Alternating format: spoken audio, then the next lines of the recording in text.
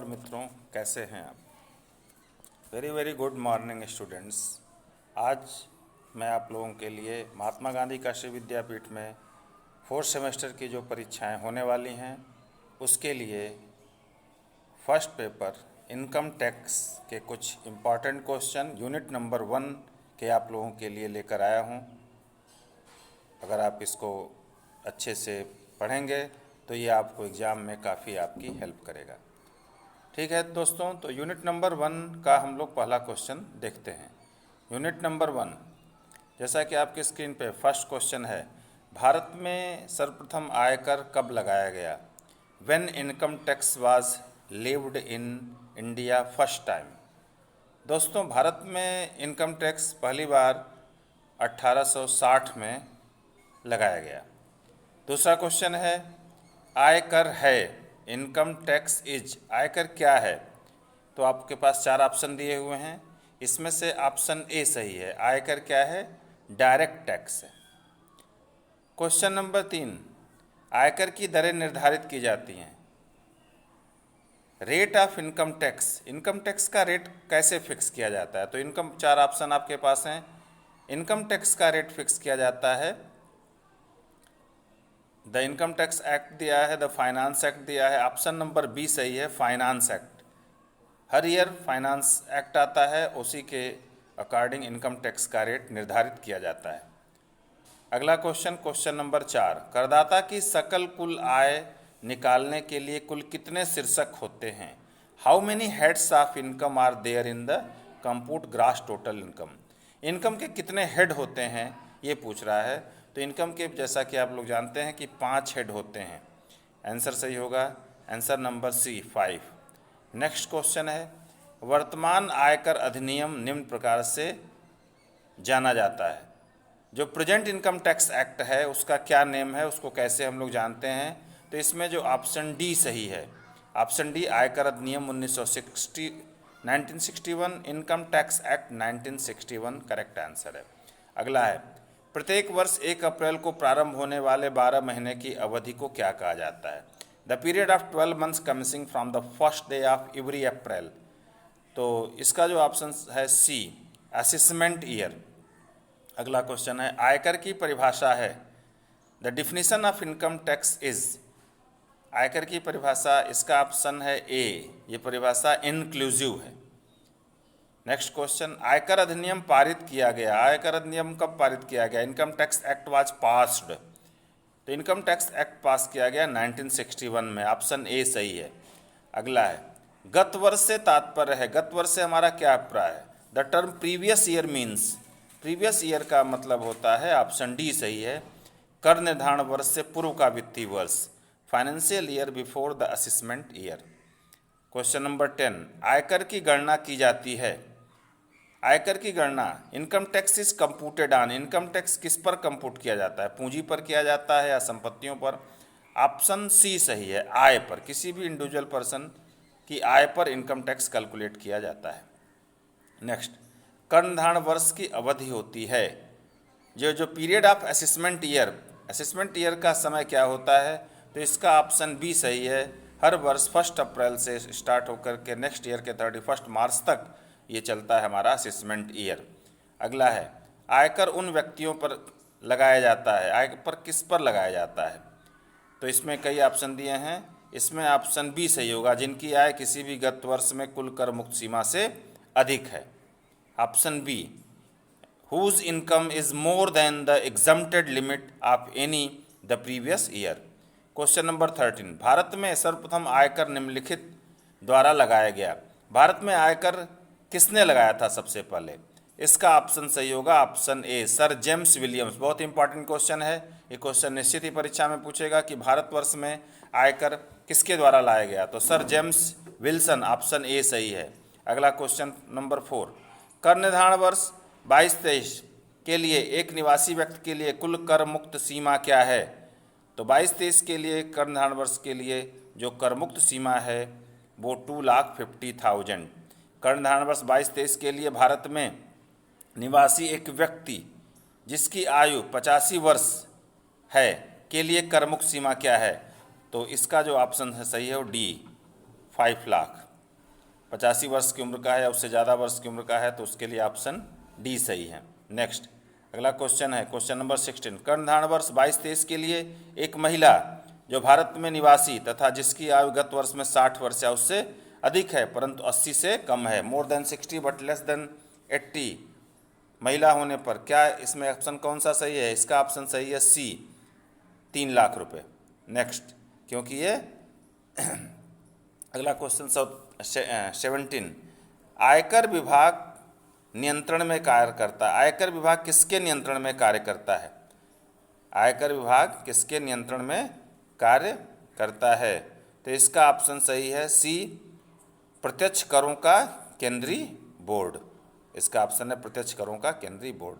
अगला क्वेश्चन है आयकर अधिनियम में व्यक्ति से अभिप्राय है। आयकर अधिनियम में व्यक्ति का क्या मतलब है? Under the income tax act person means, person का मतलब है इंडिविजुअल पर्सन भी हो सकता है, कंपनी भी है, हिंदू आयोजित परिवार भी है, स्थानीय सत्ता भी है, सभी लोग इसमें आते हैं, इसलिए ऑप्शन डी सही है। अगला है विभिन्न शीर्षकों को आय का योग कहा जाता है। आय का योग कहा जाता है क्या जो विभिन्न शीर्षक 5 हेड होते हैं उनके टोटल को हम लोग क्या कहते हैं? सकल कुल आय कहते हैं, कुल आय कहते हैं, करयोग्य आय कहते हैं, समायोजित आय कहते हैं। इसका ऑप्शन ए सही है। क्या कहेंगे? Grass total income. Sums of various heads, जो 5 हेड होते हैं उनके टोटल को हम लोग कहते हैं grass total income, GTI। Next question 20।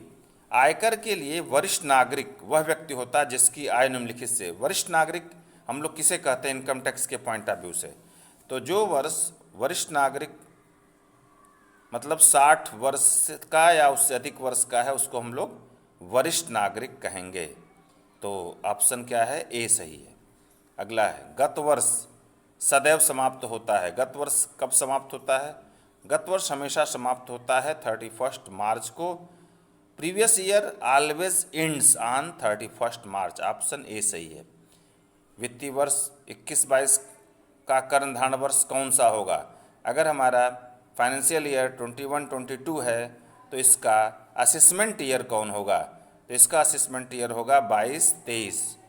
22-23 option C सही है। अगला क्वेश्चन है कर्णधार वर्ष 22-23 के लिए एक व्यक्ति अधिभार के लिए उत्तरदायी है। An individual is liable to pay a surcharge for the assessment year 22-23।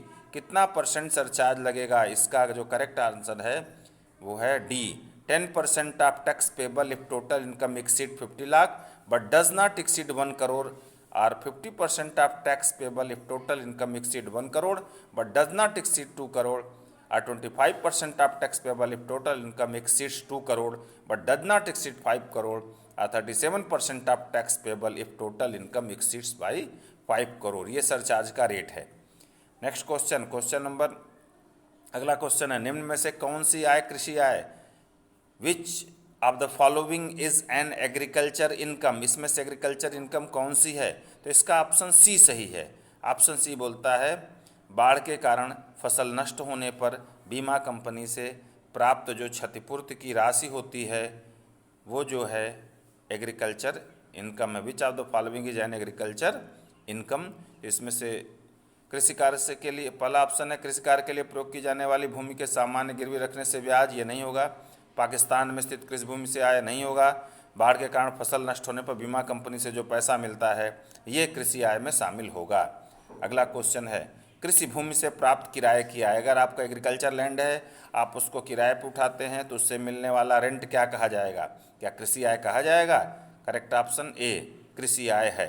अगला है कृषि फार्म के मैनेजर को मिलने वाला वेतन कौन सी आय में आएगा? उसके वेतन शीर्षक की आय में आएगा, सैलरी इनकम होगी। निम्न में से कौन सी कृषि आय है? विच of the following is an agriculture income. इसका ऑप्शन ए सही है, कृषि भूमि से प्राप्त किराया। नेक्स्ट है महिला करदाता के लिए 20,000 रुपये की कृषि आय की कुल आय में शामिल तभी किया जाएगा जबकि उसकी गत वर्ष में कर योग्य आय निम्नलिखित में से अधिक हो।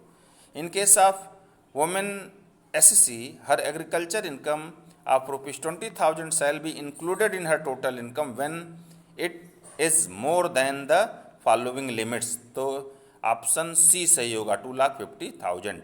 भारत में चाय के उत्पादन एवं निर्माण में आय का प्रतिशत भाग कृषि आय होता है।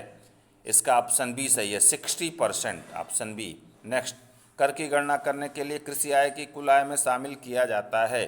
For the computation of tax agriculture income is included in the total income if, option D है, कृषि आय 5,000 रुपये से अधिक होगी और कुल आय कर मुक्त सीमा से अधिक होगी, agriculture income exceeds 5,000 and total income exceeds the exemption limit, तभी इसको इंक्लूड किया जाएगा, ऑप्शन डी सही है। नेक्स्ट 31, कर की गणना करने के लिए कृषि आय को कुल आय में शामिल किया जाता है। For the computation of tax agriculture income is included in the total income, option A, option A सही है। एक व्यक्ति की दशा में भारत में काफ़ी उगाकर एवं उसको संशोधित करके बेचने की आय का कितना प्रतिशत कृषि आय होता है? Percentage of income from the sale of coffee grown and crude in India is considered as agriculture income, तो इसका जो ऑप्शन है डी सही होगा, 75%। भारत में काफ़ी उगाकर उसको संशोधित करके भून कर पीस कर बेचने से आय का कितना प्रतिशत भाग व्यावसायिक आय माना जाता है? तो ऑप्शन, इसका ऑप्शन सी सही है, 40%। भूमि से संबंधित परंतु कृषि आय नहीं है वो income from land but not agriculture income, इसमें से कौन सा करेक्ट ऑप्शन है? इनमें से सभी, ये सभी जो जितने भी ऑप्शन दिए गए हैं ये कृषि आय नहीं होंगे। इवन ये रिलेटेड टू लैंड है लेकिन इनको एग्रीकल्चर इनकम नहीं माना जाएगा। भारत में रबड़ उगाकर एवं उसमें लेटेक्स बनाकर बेचने से आय का प्रतिशत भाग कृषि आय होता है, इसका ऑप्शन डी सही है, ऑप्शन डी है 65%। असाधारण निवासी कौन होता है? Who may be not ordinary residence from the following, तो ऑप्शन 36 का ऑप्शन डी सही है, हिंदू अनडिवाइडेड फैमिली। एक सरकारी कंपनी को जो भारत का नागरिक है विदेश में सेवा करते समय भारत सरकार द्वारा दिया गया वेतन, ये क्या होगा? भारत में कर योग्य होगा, भारत में कर योग्य नहीं होगा, इसका ऑप्शन ए सही है, ये income is taxable in India. Next question, निवास स्थान के आधार पर करदाताओं को निम्न भागों में बांटा गया है।